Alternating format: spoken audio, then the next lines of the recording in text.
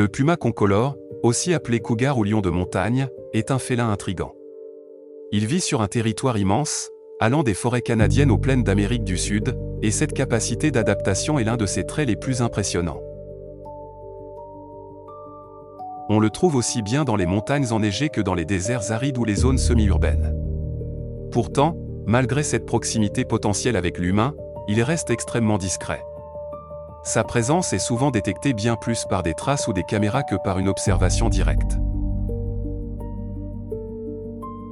Physiquement, le puma n'est pas le plus massif des grands félins, mais il compense largement par son explosivité. Il est capable de sauts impressionnants, aussi bien en hauteur qu'en longueur, et possède une musculature parfaitement adaptée aux terrains accidentés. Cette combinaison de puissance et d'agilité en fait un chasseur redoutable, particulièrement dans les environnements escarpés où il excelle. Ce félin est fondamentalement solitaire. Chaque individu occupe un territoire vaste, qu'il défend surtout contre les autres mâles. Les rencontres sont rares et généralement évitées. Toutefois, ce tableau mérite d'être nuancé. Des observations récentes ont montré que plusieurs pumas peuvent tolérer la présence d'autres individus autour d'une carcasse, comme s'il existait une hiérarchie implicite temporaire. Cela ne constitue pas une vie sociale au sens strict, mais révèle une forme de flexibilité comportementale inattendue chez un animal réputé isolé. Le puma est un prédateur d'embuscade extrêmement efficace. Il privilégie la discrétion à la poursuite, s'approchant lentement de sa proie avant de bondir avec une précision remarquable. Son attaque vise le plus souvent la nuque, ce qui lui permet de neutraliser rapidement des animaux parfois bien plus grands que lui. La reproduction chez le puma est brève mais intense. La femelle entre en chaleur plusieurs fois dans l'année, sur des périodes très courtes. Elle signale sa disponibilité par des vocalisations et des marquages olfactifs. Lorsqu'un mâle la rejoint, les deux animaux restent ensemble quelques jours durant lesquels ils s'accouplent à de très nombreuses reprises. Une fois cette période terminée, ils se séparent définitivement.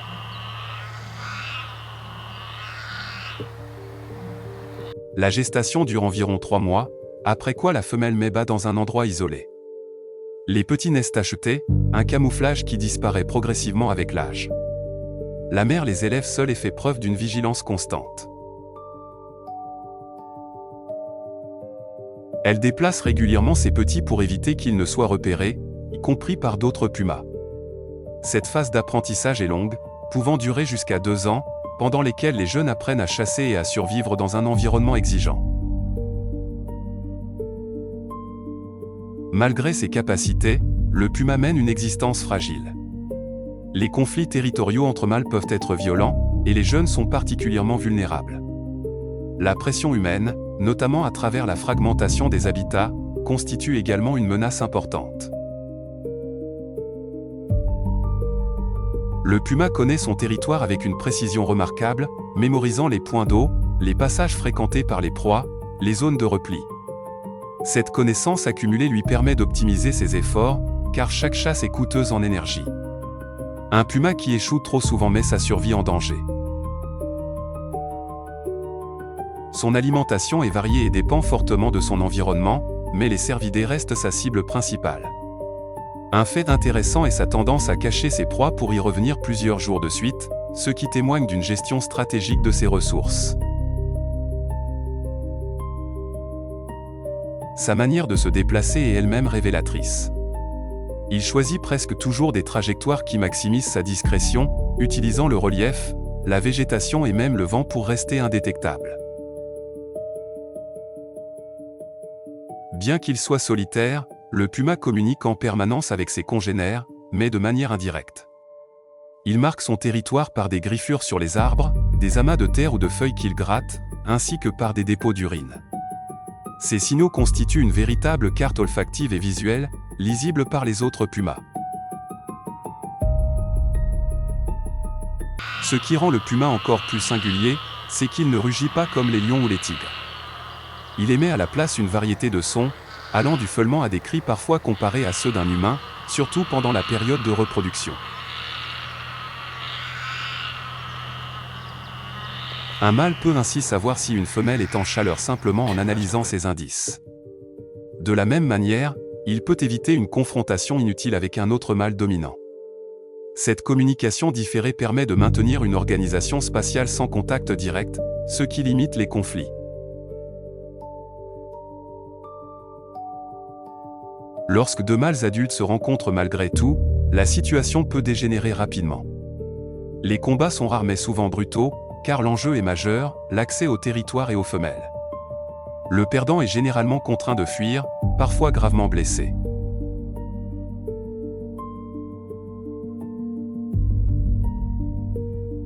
Il existe aussi un comportement plus sombre, typique de nombreux grands carnivores.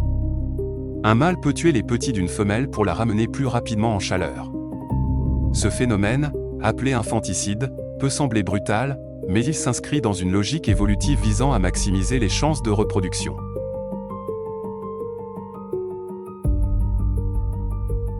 L'un des aspects les plus étonnants du puma est sa capacité à coexister avec l'expansion humaine. Dans certaines régions d'Amérique du Nord, il vit à proximité de zones urbaines sans être détecté pendant des années. Il adapte ses horaires, devenant plus nocturne, et modifie ses déplacements pour éviter les infrastructures humaines.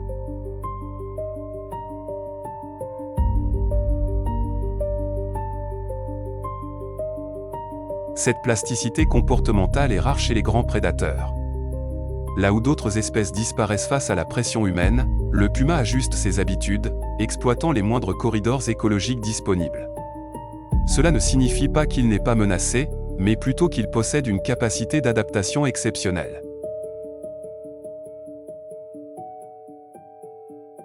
La vie d'un jeune puma est loin d'être assurée. Après avoir quitté leur mère, les adolescents doivent trouver leur propre territoire, ce qui implique souvent de traverser des zones dangereuses, occupées par des adultes ou fragmentées par l'activité humaine. Beaucoup ne survivent pas à cette phase critique. Ceux qui y parviennent deviennent des chasseurs efficaces, mais cette réussite repose sur une longue période d'apprentissage. Observer, imiter, échouer puis recommencer fait partie intégrante de leur développement. Il n'y a pas de transmission sociale au sens collectif, seulement une relation mère-jeune, intense mais temporaire.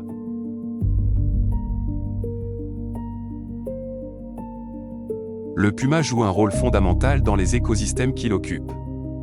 En régulant les populations d'herbivores, il influence indirectement la végétation et l'ensemble de la chaîne alimentaire. Sa présence contribue à maintenir un équilibre dynamique, souvent invisible mais essentiel. Ce rôle de régulateur en fait une espèce clé. Lorsque les pumas disparaissent d'un territoire, les conséquences peuvent se répercuter bien au-delà de leur proie directe, modifiant profondément l'environnement.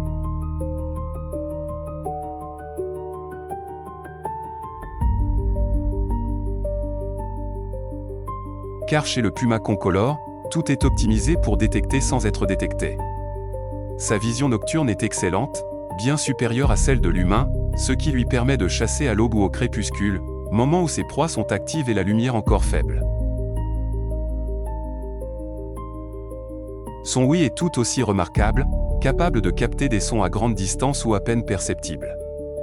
Ses vibrisses, ses longues moustaches sensibles, lui servent à lire les micro-variations de son environnement, notamment dans l'obscurité ou dans une végétation dense.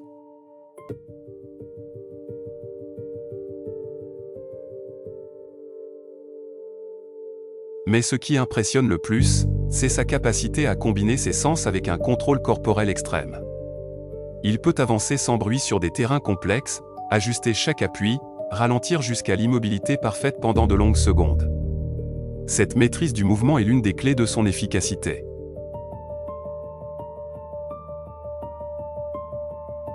Chez les pumas, les interactions sociales sont extrêmement limitées. Les individus vivent seuls, et les contacts entre adultes sont rares en dehors de la reproduction. Il n'existe pas de comportements affiliatifs comme on peut en voir chez certains animaux sociaux, par exemple le toilettage mutuel chez les primates ou certains félins vivant en groupe.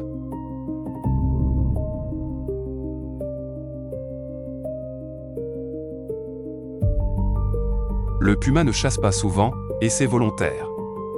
Chaque tentative consomme beaucoup d'énergie et comporte un risque de blessure. Il privilégie donc des attaques à très forte probabilité de succès. Lorsqu'il capture une proie importante, il peut s'en nourrir pendant plusieurs jours, revenant régulièrement après l'avoir dissimulée sous des feuilles ou des branchages. Ce comportement révèle une gestion fine de ses ressources. Il ne cherche pas à maximiser le nombre de proies, mais à optimiser le ratio entre énergie dépensée et énergie gagnée.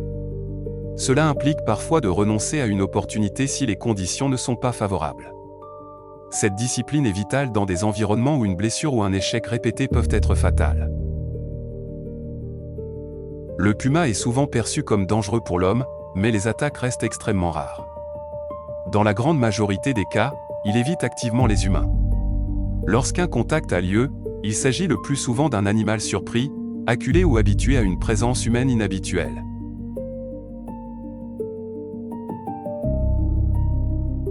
Ce décalage entre perception et réalité tient en partie à son invisibilité. Ce que l'on ne voit pas est souvent surestimé ou mal compris. En réalité, des millions de personnes vivent à proximité de pumas sans jamais en avoir conscience.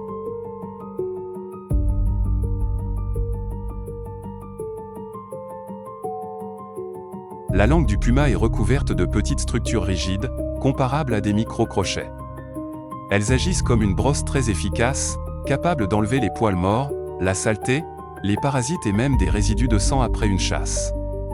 Ce nettoyage régulier permet de maintenir un pelage en bon état, ce qui est crucial pour l'isolation thermique et la protection de la peau.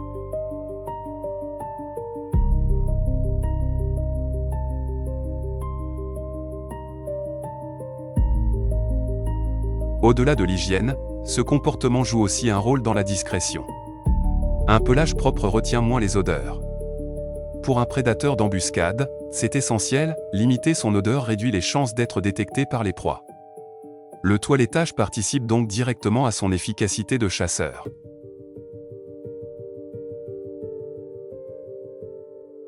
En humidifiant légèrement son pelage, le puma peut favoriser un refroidissement par évaporation, surtout dans des environnements chauds. C'est une manière indirecte de gérer sa température corporelle.